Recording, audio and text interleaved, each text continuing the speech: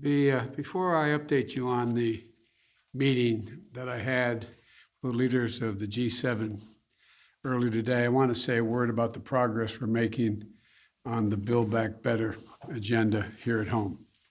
I just got off the telephone with the leaders in the House. Today, the House of Representatives has taken a significant step toward making a historic investment that's going to transform America, cut taxes for working families, and position the American economy for long-term growth. When I became president, it was clear that we had to confront an immediate economic crisis, the most significant recession we've had since the Depression, or at least since Johnson. But that wasn't going to be enough. We also had to make some long-term investments in Americans and America itself. The first thing we did was to write and pass the American Rescue Plan, and it's working. Our economy has added 4 million jobs in my first 6 months in office. Economic growth is up to the fastest it's been, the fastest rate in 40 years, and unemployment is coming down. Right now, our economic growth is leading the world's advanced economies. But to win the future, we need to take the next step. Today, the House of Representatives did just that. Today's vote in the House allowed them to consider my Build Back Better agenda, a broad framework to make housing more affordable, bring down the cost of prescription drugs by giving Medicare the power to negotiate lower prices for drugs, make elder care more affordable, provide 2 years of free universal high-quality pre-K, and 2 years of free community college, provide clean energy tax credits, continue to give the middle-class families the well-deserved tax cut for daycare and health care that they deserve, allowing a lot of women to get back to work primarily, and provide significant monthly tax cuts for working families with children through the child care tax credit. These investments are going to lower out-of-pocket expenses for families and not just give them a little more breathing room. In addition, we're going to make long overdue, much-needed investments in basic, hard infrastructure of this nation. This is an area where we have broad bipartisan agreement to invest in our antiquated roads, highways, bridges, transit, drinking water systems, broadband, clean energy, environmental cleanup, and making infrastructure more resilient to the climate crisis, and so much more. And this is all paid for. Instead of giving every break in the world to corporations and CEOs, by the way, 55 of our largest companies in America paid $0 in federal taxes on more than $40 billion in profit last year. We can ask corporations and the very wealthy just to pay their fair share. They can still be very wealthy, they can still make a lot of money, but just begin to pay their fair share. So we can invest in making our country stronger and more competitive, create jobs and raise wages, and lift up the standard of living for everyone. The bottom line is, in my view, we're a step closer to truly investing in the American people, positioning our economy for long-term growth, and building an America that outcompetes the rest of the world. My goal is to build an economy from the bottom up and the middle out, not just the top down. And that's what we're on our way of doing. Look, I want to thank Speaker Pelosi, who was masterful in her leadership on this, and Leader Hoyer and Whip Clyburn and Chairman DeFazio, the entire House leadership team, for the hard work, dedication, and determination to bring people together so we can make a difference in people's lives. I also want to thank every Democrat in the House who worked so hard over the past few weeks to reach an agreement and who supported the process for House consideration of the Jobs and Infrastructure Plan, the Build Back Better effort. There were differences, strong points of view. They're always welcome. What is important is that we came together to advance our agenda.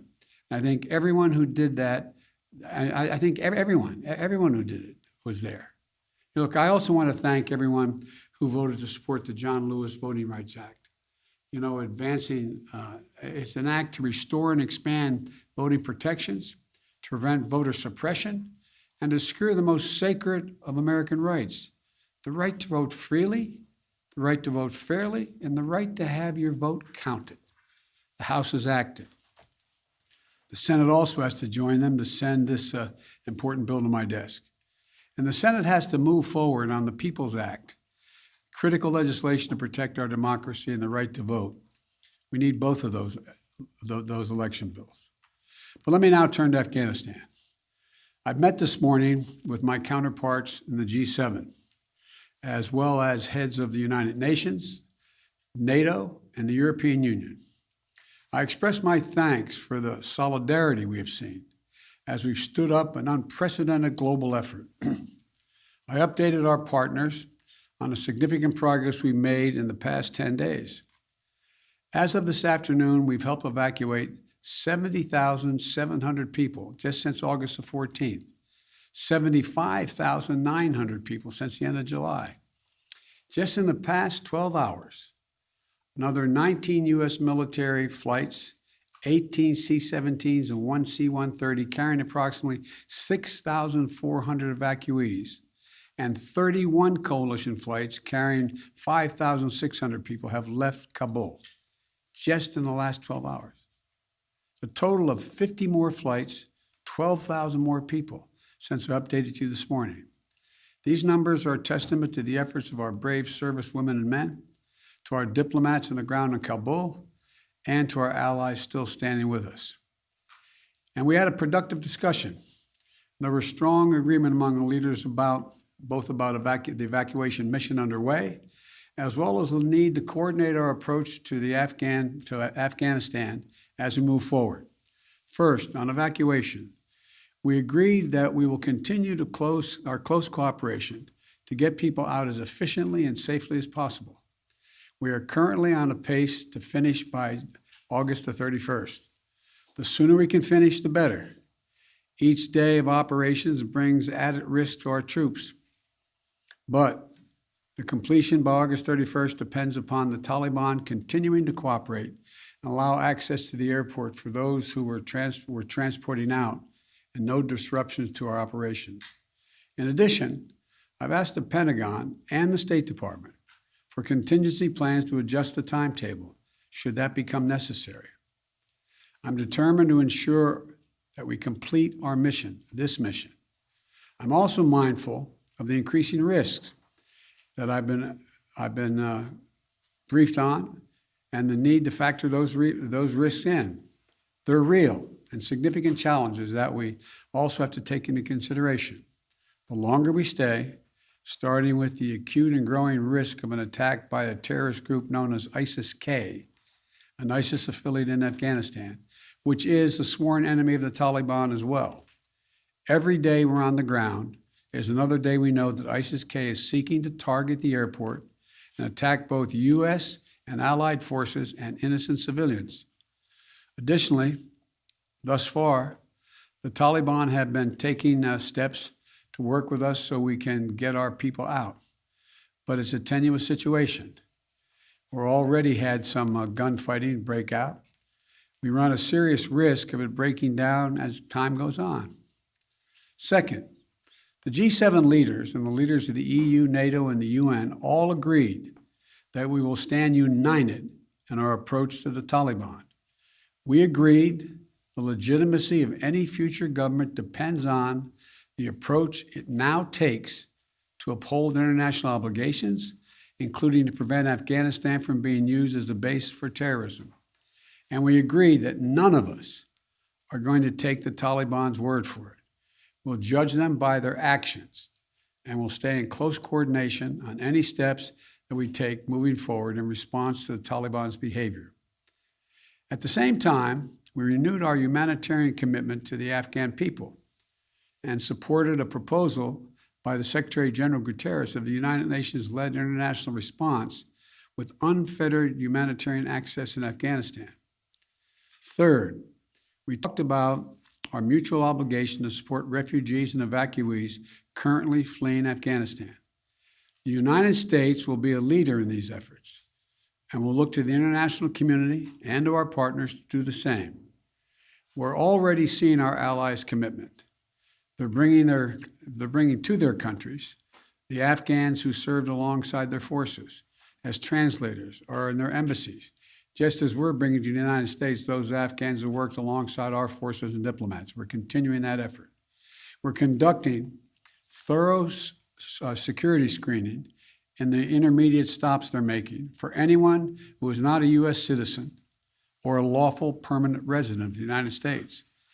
Anyone arriving in the United States will have undergone a background check. And we must all work together to resettle thousands of Afghans who ultimately qualify for refugee status.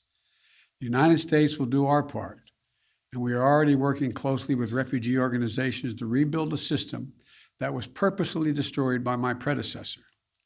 Finally, we agreed to stay vigilant against terrorist threats that have metastasized around the world. We went to Afghanistan with our allies in 2001 for clear reasons. One, to get the people who attacked us on 9/11 and to get Osama bin Laden, and to make sure that Afghanistan was not used again as a base from which to attack the United States or our allies. We achieved that objective.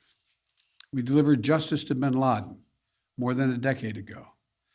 But the current environment looks very different than it did in 2001, and we have to meet the challenges we face today. We run effective counterterrorism operations around the world, where we know terrorism is more of a threat than it is today in Afghanistan, without any permanent military presence on the ground. And we can and will do the same thing in Afghanistan with our over-the-horizon counterterrorism capability. Cooperation with our closest partners on our enduring counterterrorism mission will continue to be an essential piece of our strategy. In short, we all of us agreed today that we're going to stand shoulder to shoulder with our closest partners to meet the current challenges we face in Afghanistan, just as we have for the past 20 years. We're acting in consultation and cooperation with our closest friends and fellow democracies. And I want to again thank all of our allies and partners around the world who have rallied in support of our shared mission. We ended the conversation today by a clear statement on all of our parts. We are going to stay united, locked at the hip in terms of what we have to do. We'll get that done. And tomorrow, I've asked Secretary Blinken to give you an update and a detailed report on exactly how many Americans are still in Afghanistan, how many have gone out, and what our projection is. So thank you again. May God bless you, and may God protect our diplomats and all those in harm's way. Thank you. Mr. President, can you guarantee every American will be out before the troops leave? Sanctions, Can you Mr. President, guarantee? did sanctions come up at all in the G7 meeting?